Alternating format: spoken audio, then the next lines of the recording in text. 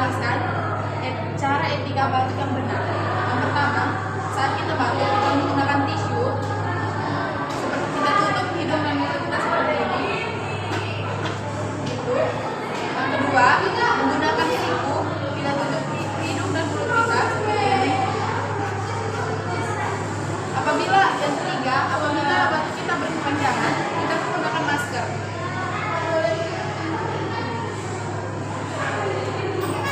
Seperti ini,